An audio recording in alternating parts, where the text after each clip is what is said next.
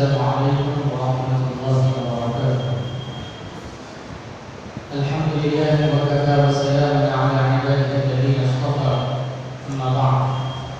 فقد قال الله تبارك وتعالى في كلامه القديم: أعوذ بالله من الشيطان الرجيم.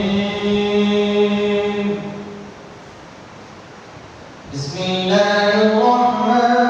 الرحيم.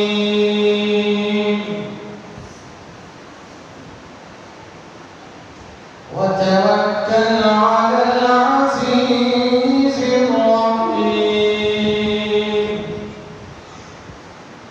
الذي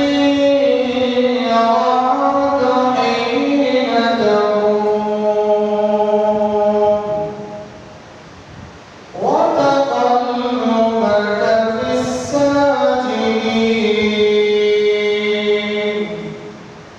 إنه هو السميع العليم. صدق الله مولانا العظيم وبلغ رسوله النبي الأمين الكريم ونحن على ذلك من الشاهدين والشاكرين والحمد لله رب العالمين. معزز حضرات الكرام، کوئی عقیدہ اور محبت کے ساتھ ہمارے رب کے آقا و مولا تاجدار کائنات فخر موجودات حضرت محمد مصطفیٰ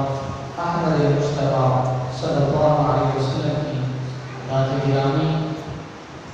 میں ایک مرتبہ حضرت درود و سلام پوری محبت عقیدت کے ساتھ پیش فرمائیں. قلی اللہم صلی علی سیدنا محمد وعلی آل سیدنا محمد وبارک وسلم. اللهم صل على سيدنا محمد وعلى آل سيدنا محمد النبي الأمي الحبيب العالي البدر العظيم الجاه وعلى آله وصحبه وبارك وسلم. اللهم صل صلاة كاملة وسلم سلاما كاملا على سيدنا محمد الذي تنحل به العقل وتنفرج به الكرب وتقضى به الحوائج وتنال به الرغائب وحسن الخواتم ويستغفر الله من وجهه الكريم وعلى آله وصحبه في لمحات مقدس على كل معلومات. محترم بزرگ حضرات اور نوجوان ساتھیوں اور پیارے عزیز بچوں،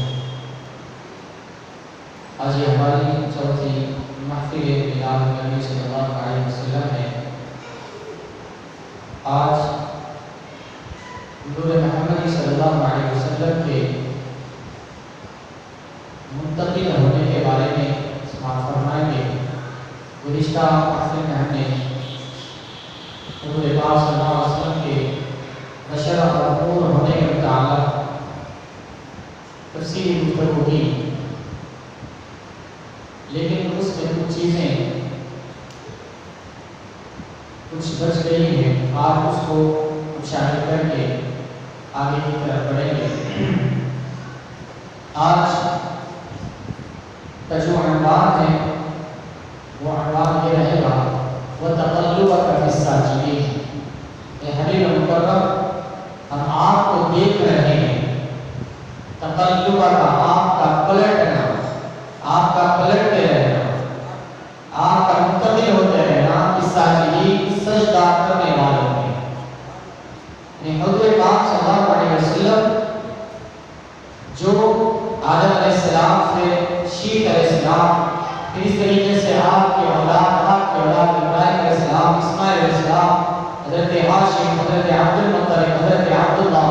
بی بی آمنہ رضی اللہ تعالی عنہا، اس طریقے سے آپ نے جو اپنے آباء و اجداد کی سلبوں میں اور پاکیزہ رقبوں میں جو منتقل ہوئے اس کی طرف اشارہ فرماتے ہوئے رب الجلال نے اشارہ فرمایا: الذی یراک وتوکل علی العزیز الرحیم. اور آپ توکل کیجئے اس ذات پر جو عزیز ہے، غالب ہے اور رحم فرمانے والا ہے. الذی یراک حین تقوم، وہ ذات آپ کو دیکھ رہی ہے، دیکھتی ہے. حین تقوم، جب آپ قیام کرتے، جب آپ نماز پڑھتے، جب آپ قیام کرتے ہیں،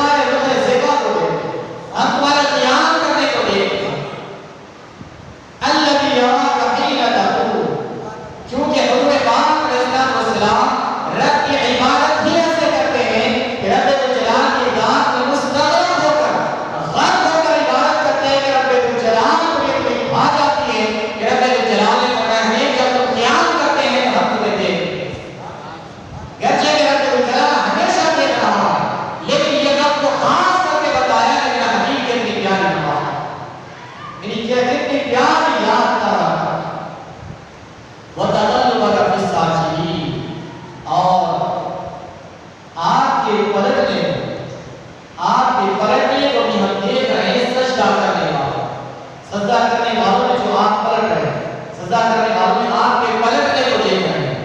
پلٹنے کو یعنی ایک سلگ سے دوسرے رحم میں، پھر اسی طریقے سے سلگوں میں، پاکیزہ سلگوں میں اور پاکیزہ رحمہ منتقل ہونے کو بھی ہم دیکھ رہے ہیں.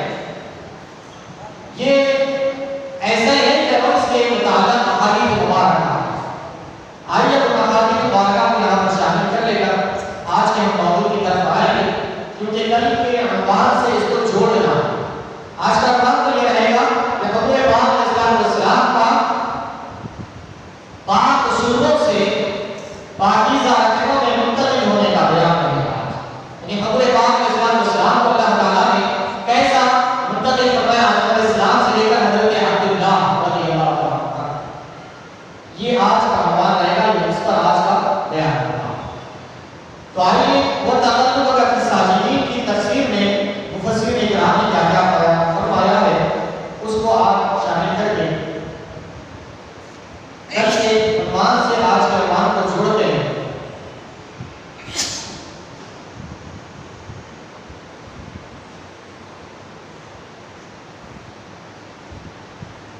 حضور پاک صلی اللہ علیہ وسلم کے بارے میں جو اللہ تعالیٰ نے یہ آیت نازل فرمائی الذی یراک حین تقوم وتقلبک فی الساجدین، اس بارے میں مفسرین کے اقوال کیا ہیں اس کو یہاں پر سارے تفسیر ذکر فرما رہے ہیں. ایک تفسیر یہ ہے کہ جب آپ مسلمان کو جماعت کے ساتھ نماز پڑھنے کے لیے کھڑا کرتے ہیں،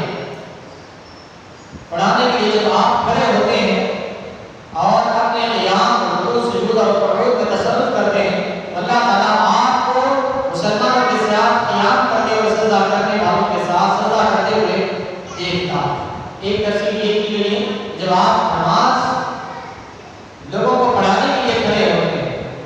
قیام کرتے ہیں، رکوع کرتے ہیں، سجدہ کرتے ہیں، سجدہ کرنے والوں کے ساتھ، تو اللہ تعالیٰ آپ کو دیکھتا. حضرت مفاتی فرماتے ہیں کہ اللہ تعالیٰ آپ کو دیکھتا ہے جب آپ تنہا نماز پڑھتے ہیں، جماعت کے ساتھ جب آپ تنہا نماز پڑھتے ہیں، اور جب آپ مسلمانوں میں جماعت کے ساتھ نماز پڑھتے ہیں اس وقت اللہ تعالیٰ دیکھتا ہے.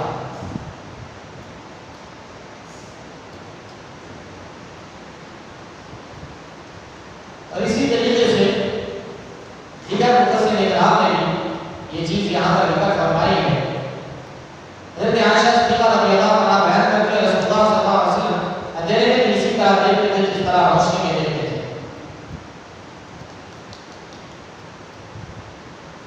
اب یہاں سے وہ روایات آ رہے ہیں. حضرت اس آیت کا معنی یہ بھی بیان کیا گیا ہے کہ ساجدین سے مراد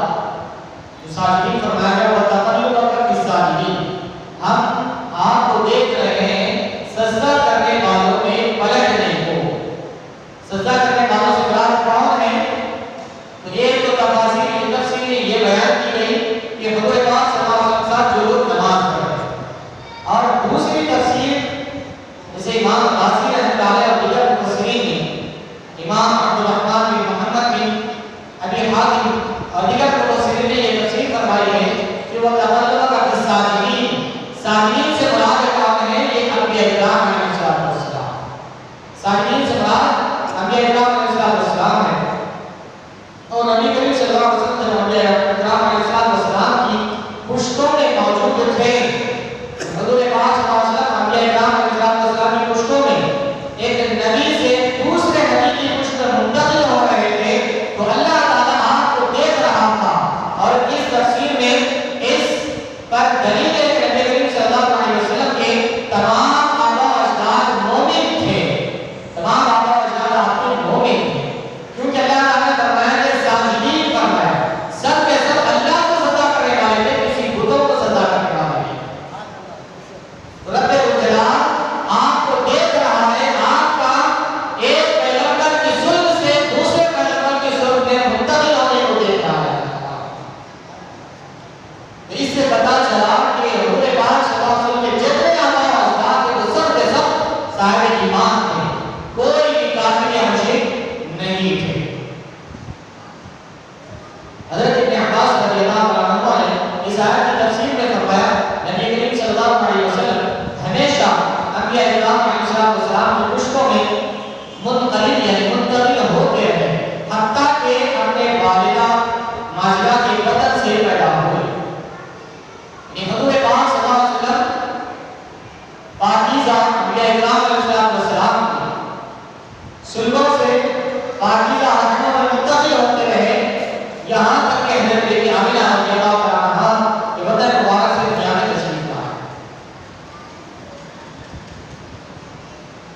اس حدیث کا مطلب یہ نہیں کہ تمام آپ کے آبا اجداد انبیاء تھے، بلکہ بعض انبیاء تھے، بعض نبی نہیں تھے، صالح تھے، نیک تھے، متقی تھے، پرہیزگار تھے، لیکن مومن تھے۔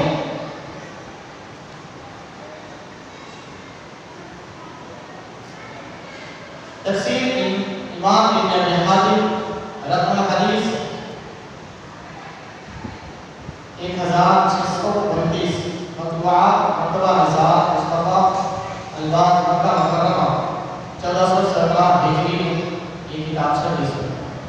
اس حدیث کو امام ابو نعیم اصبہانی متوفہ 430 ہجری اور امام محمد بن سعد متوفہ 230 ہجری میں بھی یہ حدیث مبارک کو روایت کیا ہے۔ یہ حدیث مبارک ابھی نقل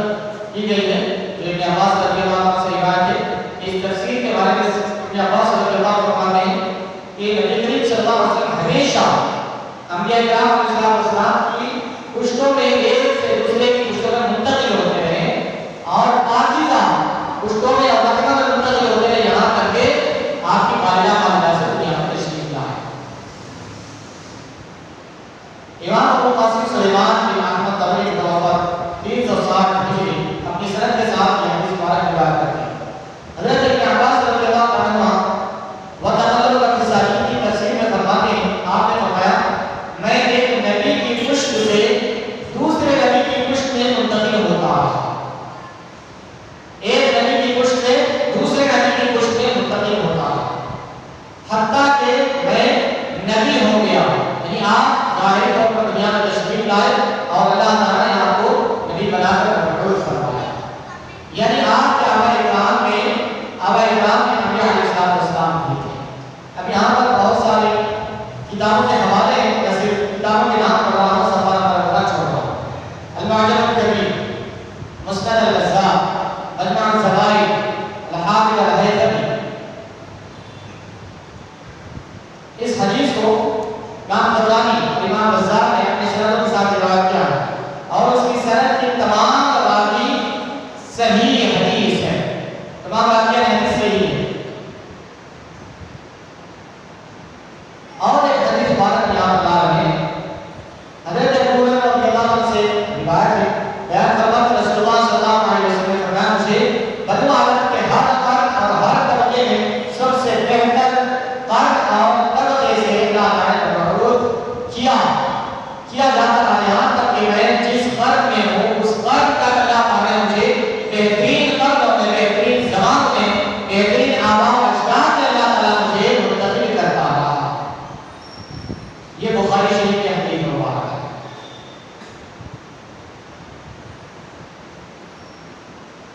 اب یہاں پر اس طریقے کی اور ایک روایت کو شامل کر لیں کہ ہم یہاں پر اس کو روکتے ہیں کہ اس کے بعد کل کی جو تسلسل چھوٹا ہے اس کو ملا دیا۔ ایک حدیث مبارک اور ایک لے لیں یہاں پر، یہ سنن ترمذی کی حدیث شریف ہے، بدایہ نہایت میں، طبقات الکبریٰ میں بھی، مسند احمد بن حنبل میں بھی ہے۔ حضرت واثلہ بن اسقع رضی اللہ عنہ سے روایت ہے کہ رسول اللہ صلی اللہ علیہ وسلم نے فرمایا بے شک اللہ تعالیٰ نے حضرت ابراہیم علیہ السلام کی اولاد سے حضرت اسماعیل علیہ السلام کو چن لیا اور حضرت اسماعیل کی اولاد سے بنو کنانہ کو چن لیا اور بنو کنانہ سے قریش کو چن لیا اور قریش سے بنو ہاشم کو چن لیا اور بنو ہاشم میں سے مجھ کو چن لیا۔ یہ حضور پاک صلی اللہ علیہ وسلم۔ اب یہ حدیث سے یہ پتہ چلا کہ وَتَقَلُّبَكَ فِي السَّاجِدِينَ سے مراد حضور پاک صلی اللہ علیہ وسلم جو انبیاء کرام علیہ السلام کی پشتوں میں، سلکوں میں جو یہ کے بعد دیگر پشتوں میں منتقل ہوتے رہے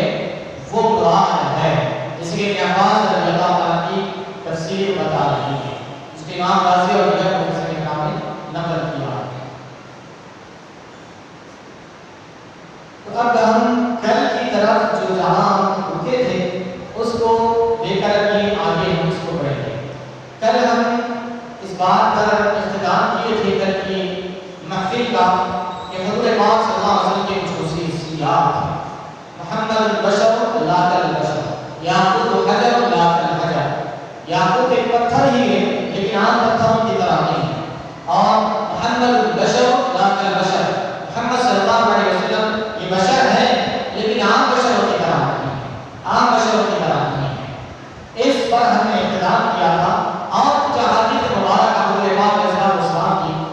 خصوصیات کے ساتھ آج کے درس میں شامل کر کے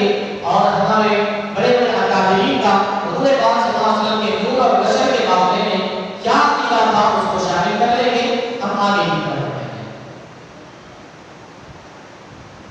یہ احادیث مبارکہ جو کل ہم نے سماعت فرما لیا تھا کہ حضور پاک صلی اللہ علیہ وسلم کے نور کے حوالے سے متعدد احادیث مبارکہ ہم نے سماعت فرمایا تھا. اس میں سے ایک حدیث یہ بھی ہم نے سنا تھا جو بخاری اور مسلم میں ہے، جو حضرت ابو ہریرہ رضی اللہ عنہ سے روایت ہے. حضور پاک صلی اللہ علیہ وسلم نے صوم لسان کا سماعت فرمایا.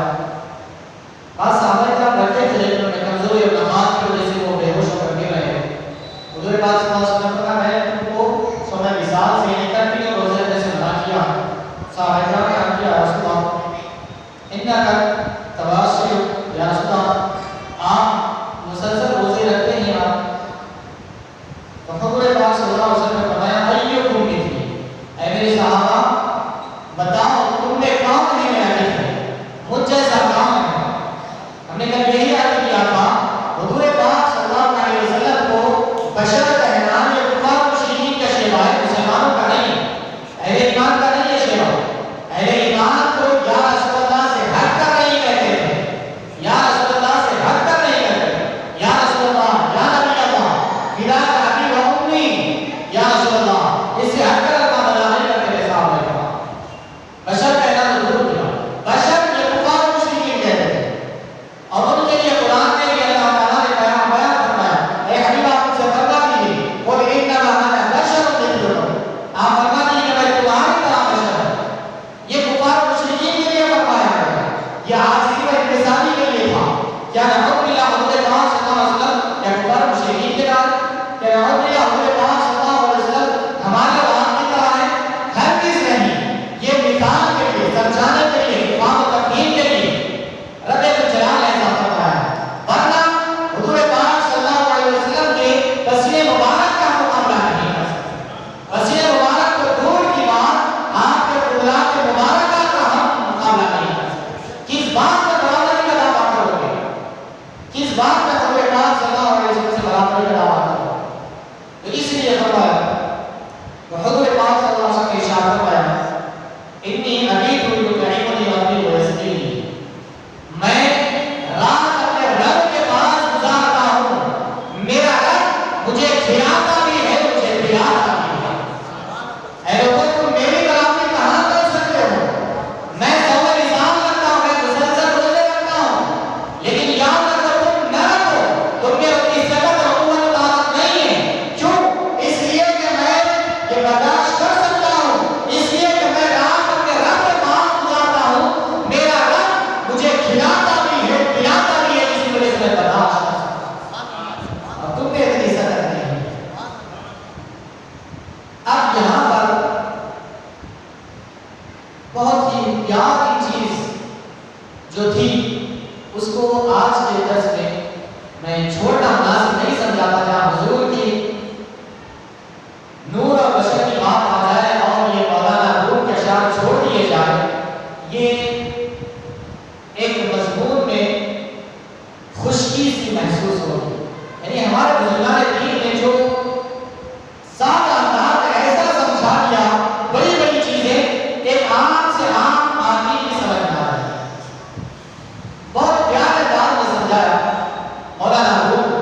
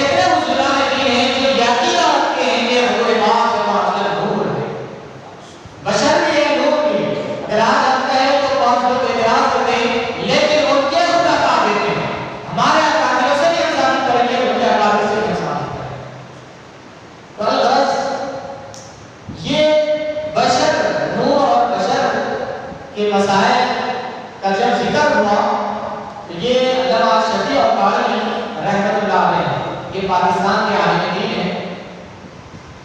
انہوں نے مولانا روم کے اشعار لا کر اس بیان میں سمجھائے جو بعض حضرات اور یہ اکرام کو اپنے برابر اپنے جیسا سمجھتے ہیں، یا بعض لوگوں نے بعض اب علماء کو ایسے لوگوں کو کہنا علماء کی توہین ہوگی۔ بعض لوگوں نے اپنی کتابوں میں جو لکھا ہے کہ نبی نعوذ باللہ ہمارے جیسے ہیں، پیغمبر ہمارے جیسے ہیں، یا ہم جیسے بشر ہیں، نعوذ باللہ یہ جو لکھا ہے ایسے لوگوں کے لیے مولانا روم نے بہت اچھے بیان میں سمجھایا۔ آئیے آپ اس کو شامل کرتے ہیں۔ تو صاحب کتاب علامہ شفیع اورانی فرماتے ہیں، حضور نے یہ فرمایا کہ جو تم کسی تم نے میرے گاؤں میں میرے جیسا گاؤں ہے، تو فرماتے ہیں کیا صحابہ کرام یہ قرآن کی آیت نہیں پڑھے تھے؟ انما انا بشر مثلکم، کیا صحابہ کرام کی آیت نہیں پڑھے تھے؟ کیا انہیں نہیں معلوم تھا کہ قرآن کو کہہ رہا ہے کہ میں تمہاری طرح بشر ہوں، تمہاری طرح بشر ہوں؟ کیا صحابہ کرام نے آیت نہیں پڑھے تھے؟ پھر صحابہ کرام نے یہ کیوں فرمایا لسنا کہانی کا یا رسول اللہ؟ یہ صحابہ کا عقیدہ بتا رہا ہے کہ آپ کی مثلیت کا یہ دعویٰ مسلمان نہیں کیے، صحابہ نہیں کیے، کفار مشرکین کیے۔ تو اس کے بعد ہمارے معلوم ہوا کہ صحابہ کرام حضور پاک صلی اللہ علیہ وسلم کو بے مثل و بے مثال اور بے نظیر مانتے ہیں، جسے کہ حضرت حسان بن ثابت رضی اللہ عنہ کے اشعار ہیں، وَأَحْسَنُ مِنْكَ لَمْ تَرَ قَطُّ عَيْنٍ وَأَجْمَلُ مِنْكَ لَمْ تَلِدِ النِّسَاءُ خُلِقْتَ مُبَرَّأً مِنْ كُلِّ عَيْبٍ كَأَنَّكَ قَدْ خُلِقْتَ كَمَا تَشَاءُ۔ یہ صحابہ کا عقیدہ ہے۔ وَأَحْسَنُ مِنْكَ لَمْ تَرَ قَطُّ عَيْنٍ، یا رسول اللہ میری آنکھ نے آنکھ سے زیادہ خوبصورت آج تک کسی کو نہیں دیکھا۔ وَأَجْمَلُ مِنْكَ لَمْ تَلِدِ النِّسَاءُ، یا رسول اللہ آج تک کسی ماں نے آپ جیسا جمیل اور خوبصورت نہیں جانا۔ خُلِقْتَ مُبَرَّأً مِنْ كُلِّ عَيْبٍ، آپ ہر عیب سے پاک پیدا کیے ہوئے، كَأَنَّكَ قَدْ خُلِقْتَ كَمَا تَشَاءُ، گویا کہ آپ ایسا پیدا کیے جیسا آپ پیدا ہونا چاہتے تھے۔ اللہ تعالیٰ نے آپ کو آپ کے منشے کے مطابق پیدا کرنا ہے۔ یہ تو صحابہ کا عقیدہ ہے، صحابہ کرام کا عقیدہ یہ تھا۔ صحابہ کرام بے مثل و بے مثال مانتے تھے، اور انا بشر مثلکم کا مفہوم میں نزدیک وہ نہیں تھا جو آج کل کے لوگ ہمسری اور برابری کا دعویٰ کرنے والے سمجھ رکھتے ہیں۔ آج کے لوگ جو سمجھ رہے ہیں بشر مثلکم کو اپنے جیسا بشر جو کہہ رہے ہیں، یہ صحابہ کرام نے تو ایسا نہیں سمجھا۔ صحابہ کرام نے کچھ اور ہی سمجھا۔ خُلِقْتَ مُبَرَّأً مِنْ كُلِّ عَيْبٍ فرمایا، آپ ہر عیب سے پاک پیدا کیے، ہمارے اندر تو ہزاروں نہیں لاکھوں عیب پائے جا رہے ہیں، تو ہم کہاں سے برابری کا دعویٰ کریں؟ اب آئیے مولانا روم علیہ رحمۃ اللہ، آپ لطف اندوز ہوئے، جتنے پیارے اشعار ہیں دل مچل جاتا ہے سننے کے بعد۔ کار پاٹا را قیاس از خود مگیر، گرچہ باشد در نوشتن شیر و شیر۔ اللہ کیا فرما رہے مولانا روم؟ یہ ان لوگوں کے لیے جو پیغمبر کو اولیاء کرام کو اپنے جیسا کہہ رہے ہیں، پیغمبر کو بشر مثلکم کہہ رہے ہیں، ہمارے جیسا بشر، یا اولیاء کرام کو کہہ رہے ہیں وہ بھی ہمارے جیسے انسان ہیں، وہ نیک کام کیے، آپ بھی نیک کام کرو، آپ بھی ان کے جیسے بن جائیں، یقیناً بنیں گے، لیکن ان کے جیسے آپ بنو تو صحیح، پہلے اس کے بعد دعویٰ کرو۔ بننے سے پہلے ان کے جیسے کہنا یہ جہاد ہے، اسی کو سمجھا رہے ہیں۔ کار پاتا قیاس از خود وکیل، گرچہ باشد در نوشتن شیر و شیر۔ اے عزیز، اے پیارے، اے لاڈلے، پاک لوگوں کے، نیک اور متقی پرہیزگار لوگوں کے کاموں کو اپنے جیسا تصور مت کرو، اپنے جیسا مت سمجھو، نیک اور متقی اور صالح اولیاء کو اپنے جیسا مت سمجھو۔ کیوں کہ دیکھو، ایک ہے شیر، ایک ہے شیر، ایک ہے شیر۔ شیر لکھا جاتا ہے، وہ شیر میں ناک کا شیر نہیں، یہ چیر پھاڑ کرنے والا شیر،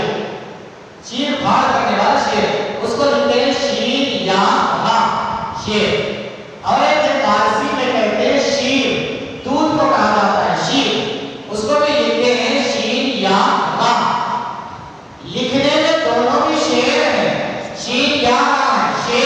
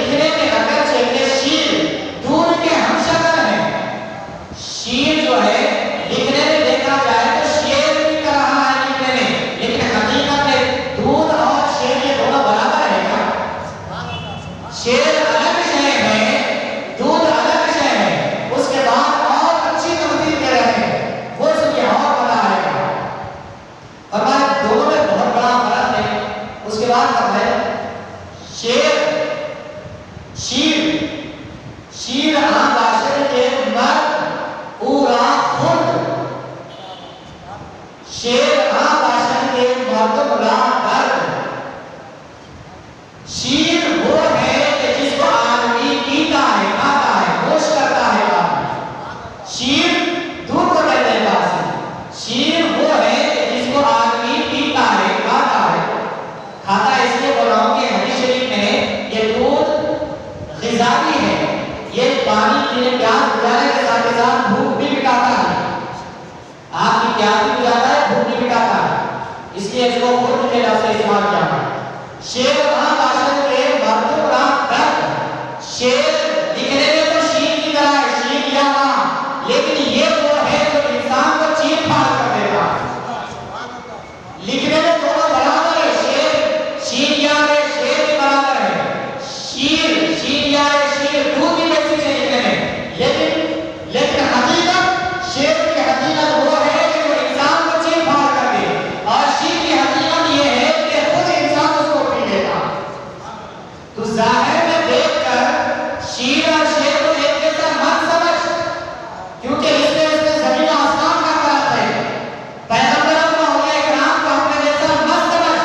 وہ چل رہے ہیں تیرے جیسا کھا رہے ہیں پی رہے ہیں تو ان کو اپنے جیسا مت سمجھ دوسرے اور ان میں زمین و آسمان کا فرق ہے جیسے شیر اور شیر میں فرق ہے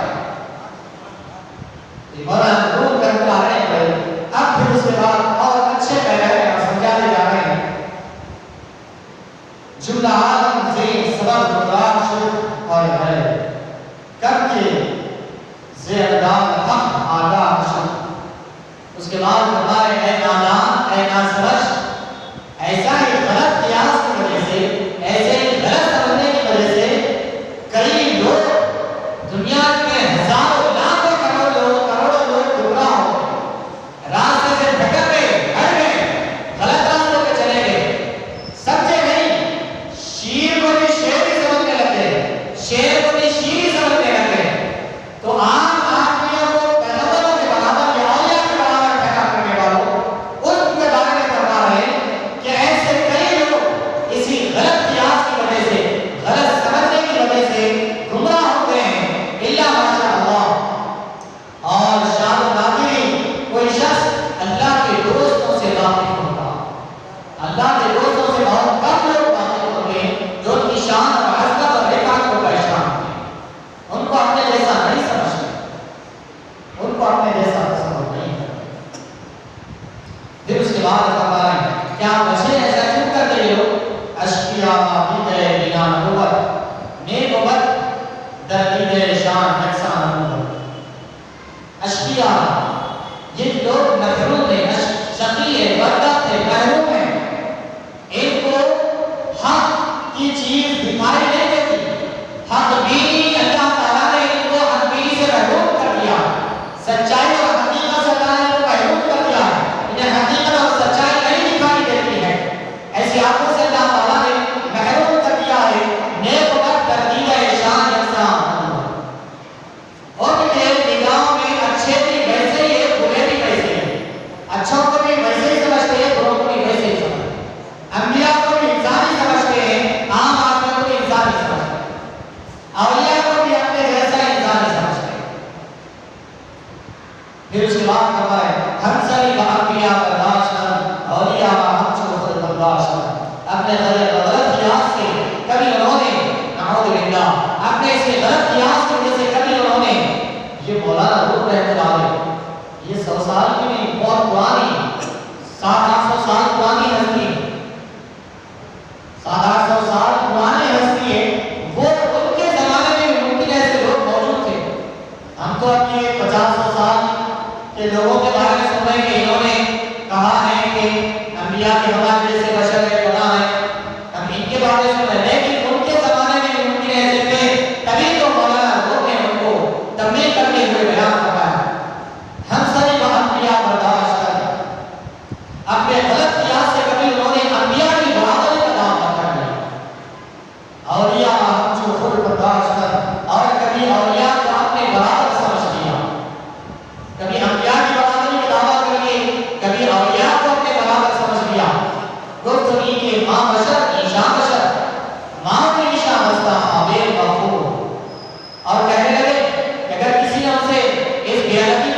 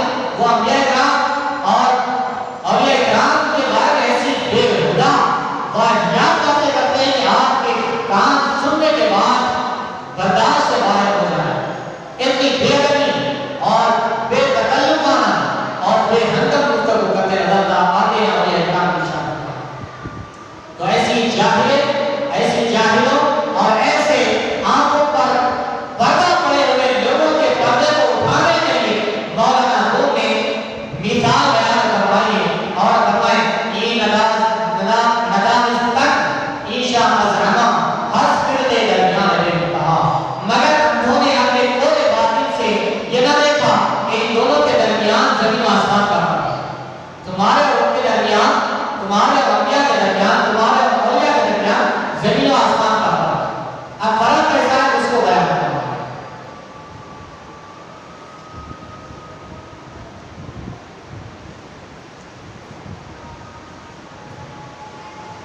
فرق بیان فرمایا ہر لوگوں زنبور خرد خرداد ازبحل لیل اشراس نیش درازہ درزان دیگر عسل. اس کے بعد ان کو مثال دے کر سمجھا رہے ہیں کہ تم کے اولیاء اکرام میں اور تم کے انبیاء اکرام علیہ الصلوۃ والسلام کتنا بڑا زمین و آسمان کا فرق ہے. بیان فرما رہے ہیں کہ ہر دو رنگ یہ آپ دیکھ رہے ہوں کہ زنبور بلکہ ہوتی ہے، اس کو ڈیگوری کہا جاتا ہے. ڈیگوری یعنی یہ چھوٹی سی اڑنے والی چھوٹا سا اڑنے والا کیڑا ہے جس کو ڈیگوری کہتے ہیں، عربی میں زنبور کہتے ہیں، اور ایک شہد کی مکھی. یہ دونوں دکھنے میں سیم ہوتے ہیں، ایک جیسے ہوتے ہیں، ایک جیسے ہوتے ہیں. اس کے بارے میں فرمایا یہ دونوں بھی پھولوں سے جا کر رس چوستے ہیں، پھولوں کا رس کھا کے چوستے ہیں، دونوں بھی چوستے ہیں. یہ ڈیگوری بھی پھولوں کا رس چوستی ہے، شہد کی مکھی بھی پھولوں کا رس چوستی ہے. لیکن فرما رہے ہیں کہ یہ ڈیگوری جب کاٹتی ہے تو اس سے زہر نکلتا، وہ کھائے وہ رس چوستی ہے تو اس سے زہر بنتا ہے. لیکن شہد کی مکھی جو رس چوستی ہے اس سے شہد بنتا ہے تو دونوں ایک جیسے. لیکن جب یہ پھولوں کا رس چوس رہی ہے تو اس سے زہر بنتا ہے، اور یہ جب پھولوں کا رس چوس رہی ہے تو اس سے شہد بنتا ہے. دکھنے میں تو دونوں ایک جیسے ہیں. اے غافل انسان، اے نابینا انسان، دکھنے میں انسان اور تو اور اولیاء کرام دکھنے میں برابر ہے، لیکن تیرے اور ان کے درمیان وہی ویسا ہی فرق ہے جیسا کہ زنبور اور شہد کی مکھی میں ہے. پھر اس کے بعد اسی طرح اور ایک مثال دیا مولانا روم نے کہ ہر لوگوں آخو دیا خودن اور زین یکی سرنی شکر ازا مشک کے نام. دوسری مثال دے رہے ہیں کہ یہ دونوں قسم کی ہرنیں جو ہوتی ہیں وہ دونوں قسم کی ہرنیں ایک ہی قسم کی گھاس کھاتی ہیں،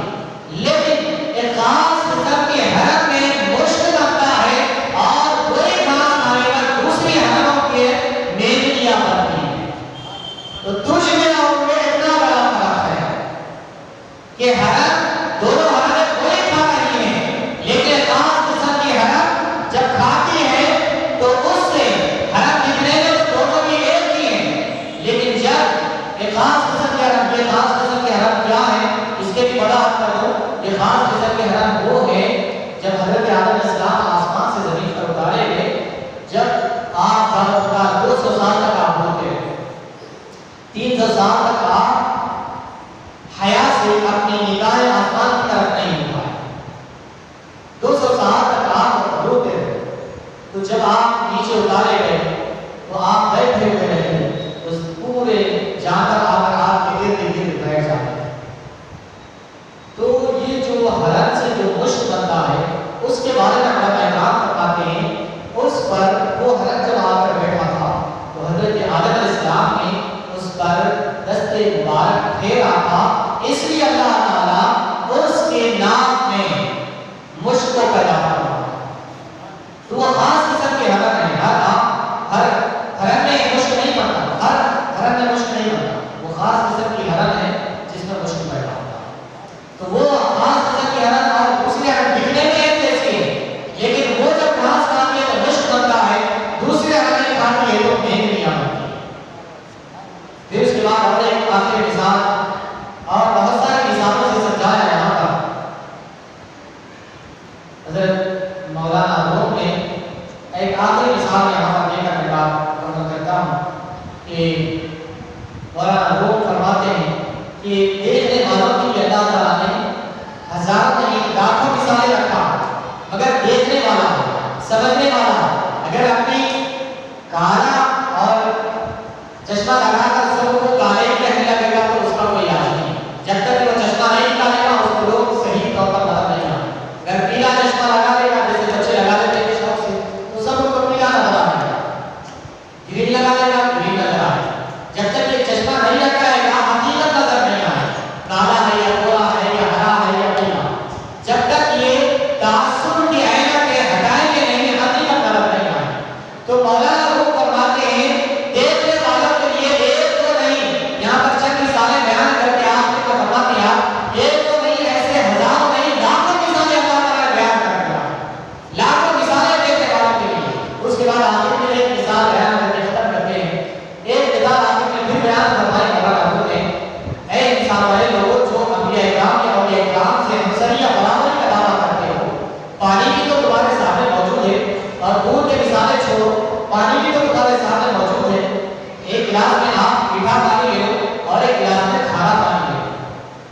یہ دکھنے میں پانی الگ الگ ہے کیا؟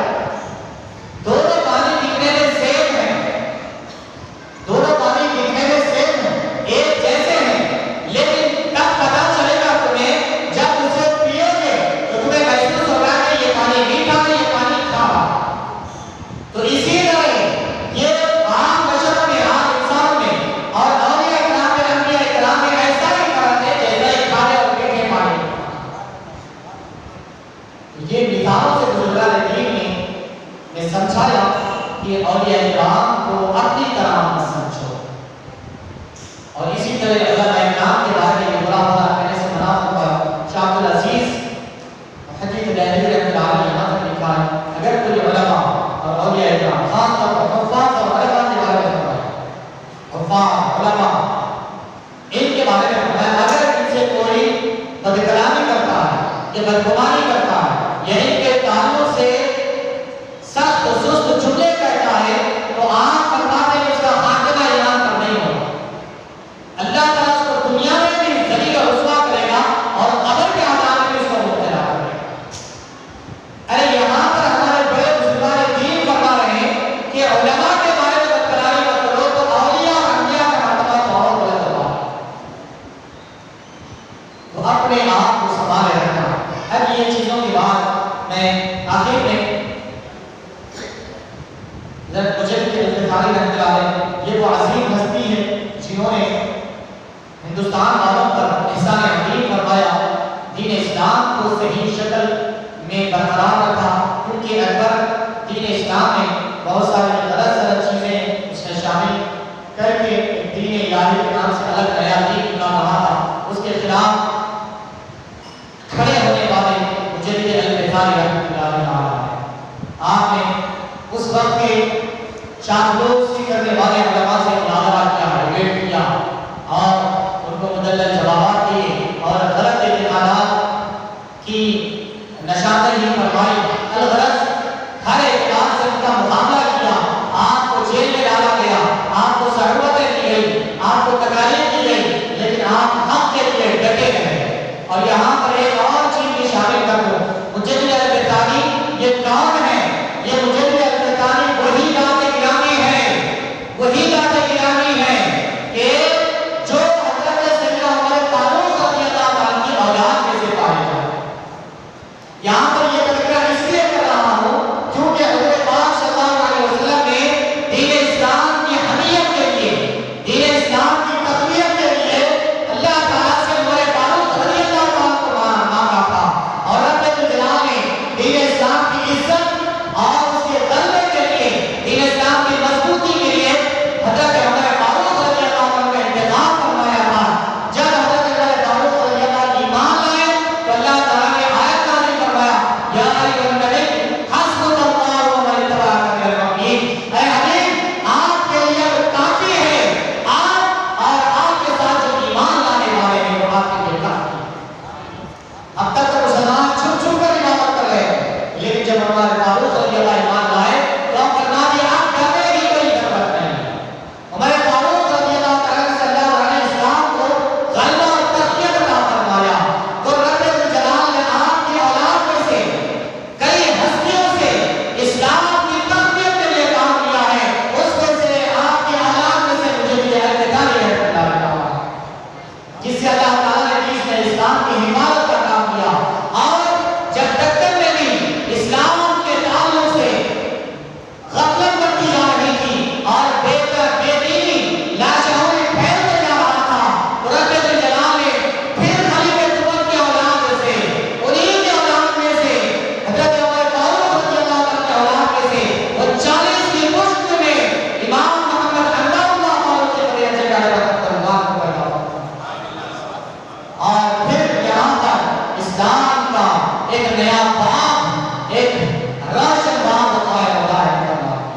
یہ اللہ تبارک و تعالیٰ کا اہل دکن پر احسان عظیم ہے کہ عمر فاروق رضی اللہ عنہ کی اولاد سے اہل ہندوستان کے لیے مجدد الفخاری کو بھیجا، اور اہل دکن کے لیے امام محمد انور اللہ فاروقی کو بھیجا۔ تو امام مجدد الفخاری کا عقیدہ نور کے بارے میں کیا ہے، اس بارے میں مختصر سماعت فرمائے۔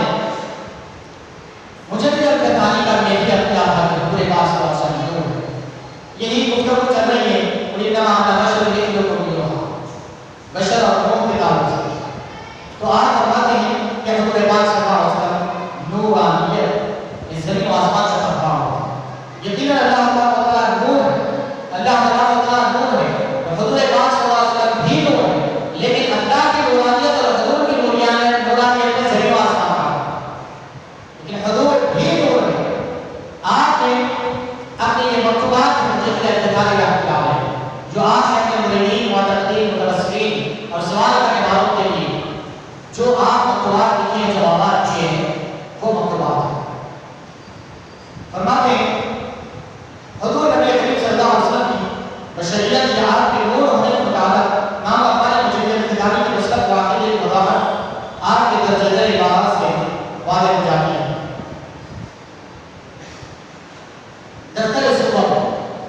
مکتوب نمبر 100 میں شیخ مجدد اعتقادی رحمۃ اللہ فرماتے ہیں باید تاریخ کے خلق محمدی در رنگ خلق سائر افراد انسانی نیز خلق و خلق ہیچ فرد از افراد عام مناسبت ندا او صلی اللہ علیہ وسلم باوجود نشائر حسنی حضور حق جل وعلا مخلوق رشد کما قال علیہ السلام خلق من نور اللہ ودیگران راہ کی دولت میسر نشد۔ اس کا ترجمہ اللہ تعالیٰ فرما دے اور بہت سے دلائل کے ساتھ آپ فرما رہے ہیں کہ حضور پاک صلی اللہ علیہ وسلم نور ہے۔ جاننا چاہیے کہ حضور نبی کریم صلی اللہ علیہ وسلم کی پیدائش دوسرے افراد انسانی کی پیدائش کی طرح نہیں ہے، جیسا دوسرے افراد انسان کی پیدائش ہے ویسا حضور پاک صلی اللہ علیہ وسلم کی پیدائش ہے، بلکہ جہاں کے تمام افراد میں سے کسی فرد کے ساتھ بھی آپ کی پیدائش اور آپ کے وجود اکبر کی مناسبت اور مشابہت نہیں رکھتا۔ ان تمام افراد انسان میں کسی کی بھی پیدائش حضور کی پیدائش سے مناسبت نہیں ہے، کیونکہ حضور اکرم صلی اللہ علیہ وسلم باوجود ہے جس میں عنصری رکھنے کے نور حق تعالیٰ سے پیدا ہوئے، نور حق تعالیٰ سے پیدا ہوئے، جیسے کہ نبی کریم صلی اللہ علیہ وسلم نے خود ارشاد فرمایا ہے میں اللہ کے نور سے پیدا ہوا ہوں، میں اللہ کے نور سے پیدا ہوا اور دوسرے کسی کو یہ دولت نصیب نہیں ہوئی۔ اور اسی طریقے سے آپ نے اور تفصیل کے ساتھ یہ بیان فرمایا کہ حضور پاک صلی اللہ علیہ وسلم نور ہیں۔ اور یہ بیان یہاں پر حضور پاک صلی اللہ علیہ وسلم کی نورانیت کے حوالے سے مکمل ہوا۔ اب حضور پاک صلی اللہ علیہ وسلم کے نور ہونے کے حوالے سے ہمیں بہت ساری چیزیں جو اس عقیدے کے لیے کافی ہیں، بہت ہی وسیع تر اور تفصیل ہم نے اس کو سنا اور سنایا۔ اب اس کے بعد ہم اصل عنوان کے آج کے عنوان کی طرف آ جاتے ہیں کہ حضور پاک صلی اللہ علیہ وسلم کو اللہ تعالیٰ نے جب نور بنایا اور نور بنا کر زمین کی مٹی لی گئی اور جنت کے نہروں میں اس کو غسل کیا گیا، پھر اس نور کی وہ اللہ تعالیٰ نے آدم علیہ السلام کی پیشانی میں رکھا اور وہ نور منتقل ہوتا رہا آدم علیہ السلام سے لے کر حضرت عبداللہ تک، حضرت عبداللہ سے حضرت عام اس سے باہر جو اللہ تعالیٰ نے عالم برزخ میں انبیاء علیہ السلام سے وعدہ کیا، عہد لیا، میثاق کیا، اس کا بیان کریں گے۔ پھر اس کے بعد حضرت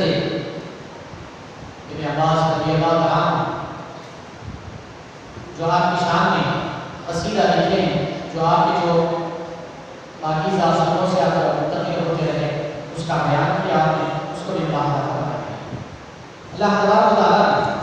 قرآن مجید میں ارشاد فرمایا وَإِذْ أَخَذَ اللَّهُ مِيثَاقَ النَّبِيِّينَ لَمَا آتَيْتُكُم مِّن كِتَابٍ وَحِكْمَةٍ ثُمَّ جَاءَكُمْ رَسُولٌ مُصَدِّقٌ لِمَا مَعَكُمْ لَتُؤْمِنُنَّ بِهِ وَلَتَنصُرُنَّهُ قَالَ أَأَقْرَرْتُمْ وَأَخَذْتُمْ عَلَىٰ ذَلِكَ إِصْرِي قَالُوا أَقْرَرْنَا قَالَ فَاشْهَدُوا وَأَنَا مَعَكُم مِّنَ الشَّاهِدِينَ۔ اور یاد کرو جب اللہ تبارک و تعالیٰ نے تمام پیغمبروں سے یہ عہد کیا، یہ میثاق کیا، یہ وعدہ کیا کہ تم ایمان لاؤ گے اس نبی پر، پہلے اللہ تعالیٰ نے تمام پیغمبروں سے یہ سورہ اور ایک آیت مبارکہ ہے سورہ احزاب وَإِذْ أَخَذَ اللَّهُ وَإِذْ أَخَذْنَا مِنَ النَّبِيِّينَ مِيثَاقًا، اور یاد کرو جب ہم نے نبیوں سے میثاق لیا، وَمِنْكَ اے حبیب آپ سے لیا، وَمِنْ نُوحٍ اور نوح سے لیا، وَإِبْرَاہِيمَ ابراہیم سے لیا، وَمُوسَىٰ وَعِیسَىٰ ابن مریم موسیٰ اور عیسیٰ علیہ السلام سے لیا، وَأَخَذْنَا مِنْهُم مِّيثَاقًا بات کا وعدہ کیا کہ میں ایک پیغمبر کو بھیجنے والا ہوں، میں ایک رسول کو بھیجنے والا ہوں جو تمہاری کتابوں کی تصدیق کرنے والا ہے، میں اسے کتاب و حکمت دے کر بھیجنے والا ہوں۔ ثم جاءکم رسول مصدق لما رب الجلال نے فرمایا یاد کرو جو اللہ تعالیٰ نے کتاب وعدہ کیا تمام پیغمبروں سے کہ ان سے فرمایا میں تمہیں کتاب دینے والا ہوں، نبوت سے سرفراز کرنے والا ہوں، اور پھر یاد رکھنا تمہارے بعد پھر ایک پیغمبر کو بھیجنے والا ہوں، جب وہ پیغمبر تمہارے پاس آ جائے وہ چیزوں کی تصدیق کرتے ہوئے جو تم کو میں نے دیا تھا، تو تمہارا کام کیا ہوگا؟ لَتُؤْمِنُنَّ بِهِ، تم ضرور پر ایمان لانا، وَلَتَنْصُرُنَّهُ، اور تم ضرور کی مدد کرنا، اور وَأَخَذْتُمْ عَلَىٰ ذَلِكَ إِصْرِي، پھر اللہ تعالیٰ نے ارشاد فرمایا کیا تم نے اقرار کر لیا؟ وَأَخَذْتُمْ عَلَىٰ ذَلِكَ إِصْرِي، اور تم نے میرے وعدے کو ضرور تھام لیا، پکڑ لیا، اور وہ اقرار تو انبیاء اکرام علیہ السلام نے کہا ہاں ہم نے اقرار کر لیا، اور فَاشْهَدُوا وَأَنَا مَعَكُمْ مِنَ الشَّاهِدِينَ، رب الجلال نے فرمایا تو تم گواہ رہنا اس بات میں بھی تمہارے ساتھ رہوں، میں تمہیں نبوت سے سرفراز کروں گا، کتاب دوں گا، تمہارے بعد ایک نیا پیغمبر آئے گا جو تمہاری کتابوں کی تصدیق کرنے والا ہوگا، تو تمہاری ایک ذمہ ہوگی کہ تم ان پر ایمان بھی لانا، ان کی مدد بھی کرنا۔ کیا تم نے یہ وعدے کو مضبوطی سے تھام لیا؟ کیا تم نے اقرار کیا؟ پیغمبر نے کہا ہم نے اقرار کیا، ہاں۔ تو پھر فرمایا اس پر تم بھی گواہ رہو، میں بھی گواہ رہتا ہوں۔ پھر اس کے بعد فرمایا فَمَن تَوَلَّىٰ بَعْدَ ذَٰلِكَ فَأُولَٰئِكَ هُمُ الْفَاسِقُونَ، اگر کوئی پھر گیا تو پھر یاد رکھنا وہ حد سے تجاوز کرنے والا میں سے ہوتا ہے، وعدے سے پھرنا ہے۔ تو اللہ صلی اللہ علیہ وسلم پیغمبر سے عالم ارواح میں حضور پاک صلی اللہ علیہ وسلم کی نبوت پر سارے پیغمبروں سے عہد و اقرار کیا۔ حضور پاک صلی اللہ علیہ وسلم کی نبوت پر یہاں پر یہ یاد رکھے حضور پاک صلی اللہ علیہ وسلم اس وقت بھی نبی تھے جب آدم علیہ السلام آپ اور دین کی منزلیں طے کر رہے ہیں، اس لیے تو رب الجلال نے حضور کی نبوت پر سارے پیغمبروں سے ایمان لانے کا وعدہ کیا۔ اس کے بعد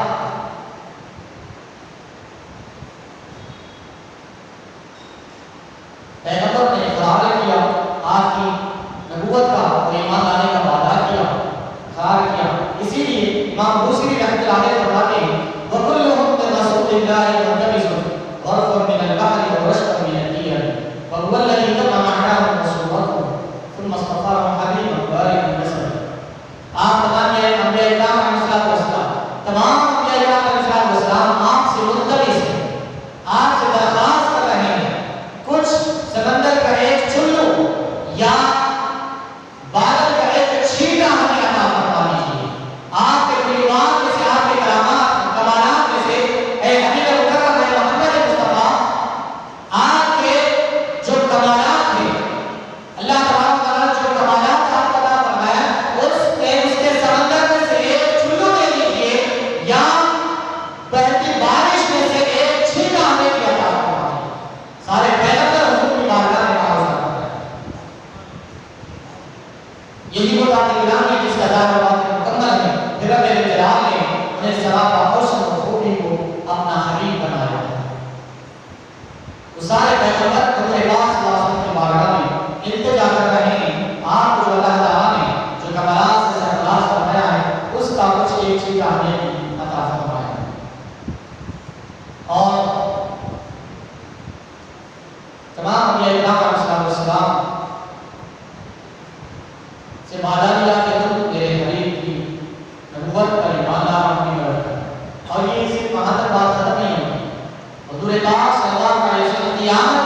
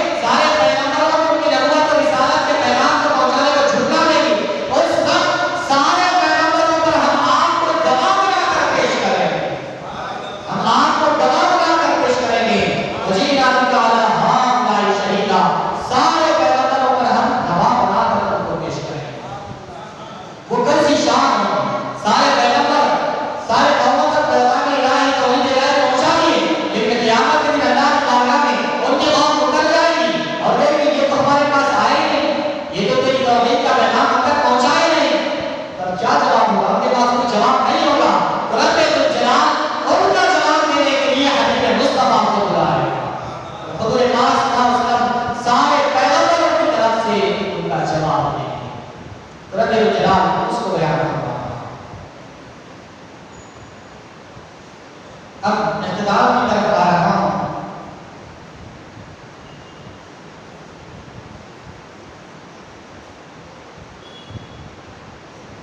حضرت آدم علیہ السلام یہ عہد و میثاق کی باتیں ہوگی، پھر اللہ تبارک و تعالیٰ نے جب آدم علیہ السلام کے جبین مبارک میں حضور پاک صلی اللہ علیہ وسلم کے نور کو رکھ دیا، جو بھی سارے واقعات میں یہاں پر چھوڑ رہا ہوں اس لیے کہ حضور پاک صلی اللہ علیہ وسلم کے نور کے متصل ہونے کا عنوان ہے، اور اگر آدم علیہ السلام کی تحقیق اور آپ کا جنت میں جانا اور جو غیر الہی طور پر جو منشأ الہی کے مطابق جو آپ نے گندم کا دانہ کھایا یا انگور کھائے مختلف روایتیں ہیں، تو اس کو اگر ذکر کرو تو اس کے لیے اور آگاہ ایک گھنٹہ نکل جائے گا، اس لیے ہم یہ بیان چھوڑ رہے ہیں۔ عن عمر بن الخطاب رضي الله عنه قال قال رسول الله صلى الله عليه وسلم لما ارتفع آدم الخطيئة قال يا ربي أسألك بحق محمد بما غفرت لي، فقال يا آدم وكيف عرفت محمدا ولم أخلقه؟ قال يا ربي أنك لما خلقتني بيدك ونفخت في من روحك رفعت رأسي وقالوا على قبر العرش مكتوبا لا إله إلا الله محمد رسول الله، فعرفت أنك لم تضف إلى اسمك إلا أحب الخلق إليك، فقال الله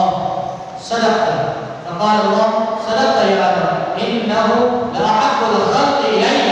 ادعوني بحقه فقد غفرت لك ولولا محمد ما خلقته۔ حضرت عمر بن الخطاب رضی اللہ عنہ سے روایت، یہ روایت حاکم نے،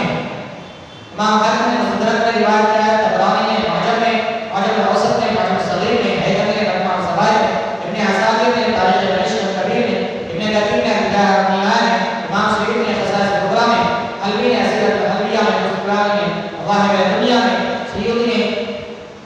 الدر المنثور میں یہ روایت نقل فرمایا۔ کیا ہے؟ حضرت عمر بن الخطاب رضی اللہ عنہ فرماتے ہیں حضور پاک صلی اللہ علیہ وسلم نے ارشاد فرمایا جب آدم علیہ السلام سے خطا ہوئی، لفظش ہوئی آدم علیہ السلام سے، تو آپ نے فرمایا بھول ہوئی تو بارگاہ الہی میں کیا اے پروردگار نے آپ سے بواسطہ محمد صلی اللہ علیہ وسلم، محمد صلی اللہ علیہ وسلم کے واسطے سے آپ کی بارگاہ میں عرض کرتا ہوں کہ میری مغفرت فرما دیجیے، میری مغفرت فرما دیجیے۔ حضرت آدم علیہ السلام اللہ کی بارگاہ میں حضور پاک صلی اللہ علیہ وسلم کا واسطہ دے کر عرض کر رہے ہیں بارگاہ محمد صلی اللہ علیہ وسلم کے واسطے سے میری مغفرت فرما دیجیے۔ تو رب الجلال نے فرمایا یا آدم کیف عرفت محمد، اے آدم تم محمد کو کیسے جانتے، محمد کو کیسے پہچانتے؟ لم اخلقه، یہاں تک کہ میں نے انہیں پیدا نہیں کیا تو محمد صلی اللہ علیہ وسلم کیسے پہچانتے؟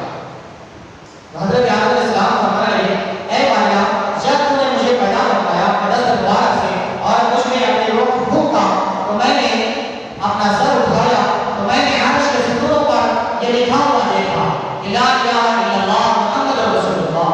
لا الہ الا اللہ کی تیری بات ہے، یہ محمد رسول اللہ کو نہیں پہچانتا، لیکن اتنی بات ضرور ہے اے بھائیا تو اپنے نام کے ساتھ کسی اور کا نام تو نہیں رکھے گا، صرف اسی کا نام رکھے گا جس سے تو زیادہ محبت کرتا ہے۔ میں سمجھ گیا یہ کوئی تیرا بہت ہی محبوب ہے جس کو تم نے اپنے نام کے ساتھ راضی رکھا ہے، اس لیے میں اس نام کا تجھے واسطہ دے کر تیری بارگاہ میں درخواست کرتا ہوں کہ تو میری مغفرت کر۔ تو اللہ نے فرمایا صدقت یا آدم، اے آدم تم نے سچ کہا، انہ لأحب الخلق، یقیناً وہ ساری مخلوق میں میرے پاس سب سے زیادہ محبوب اور پسند کیا۔ ادعونی بحقہ، اے آدم تم دعا کرو اس کے حق سے، اس کے صدقے سے، اس کے ولی وسیلے سے دعا کرو، فقد غفرت لک، تحقیق کہ تم نے ان کے وسیلے سے دعا کی تو جان لو کہ میں نے تمہیں بخش دیا، تمہیں معاف کر دیا، تمہیں مغفرت فرمایا۔ اس کے بعد پھر فرمایا ولولا محمد ما خلقت، اے آدم یاد رکھ اگر محمد نہ ہوتے تو میں تمہیں بھی پیدا نہ کرتا، تمہیں بھی پیدا نہ کرتا۔ اس کے بعد حضرت آدم علیہ السلام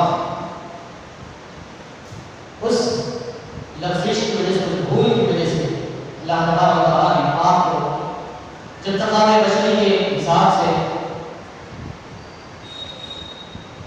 گندم کھانے کے بعد جو انتخاب بشری کا احساس ہوا، رب جلال نے فرمایا یہ پاکیزہ مقام ہے، یہ گندگی کا مقام نہیں ہے، نیچے جائے۔ رب جلال نے آدم و حوا علیہ السلام کو نیچے بھیج دیا، نیچے اتار دیا، نیچے اتارا۔ اور پھر یہاں پر بہت ساری چیزیں، اور خاص طور پر یہ شرط ہمارے اور آپ کے لیے،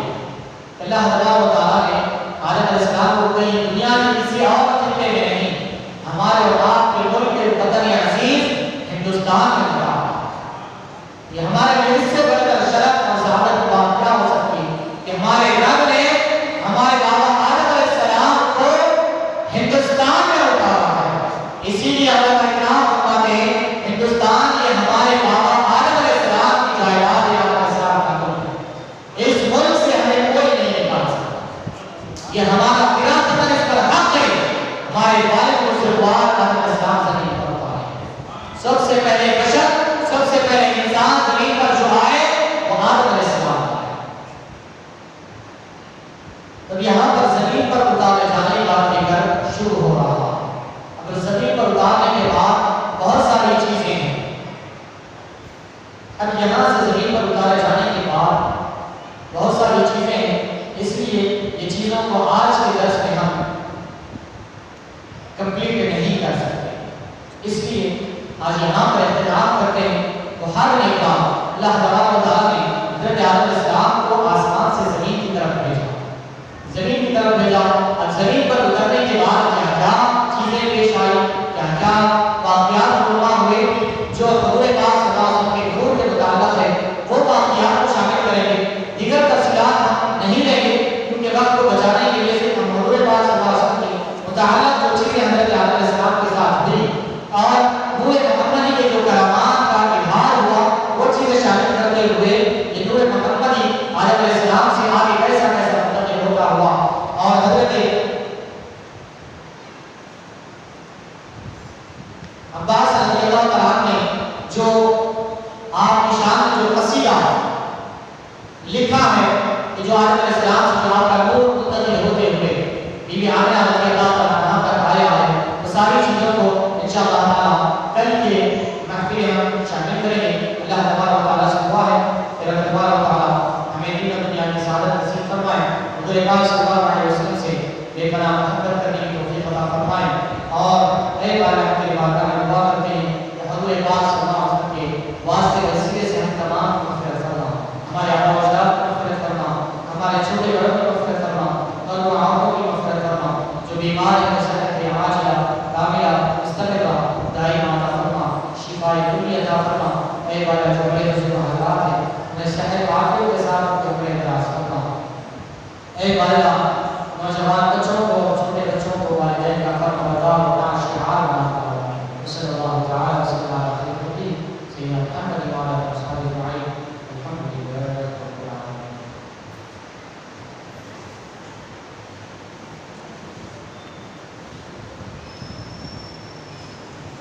صلی اللہ علیہ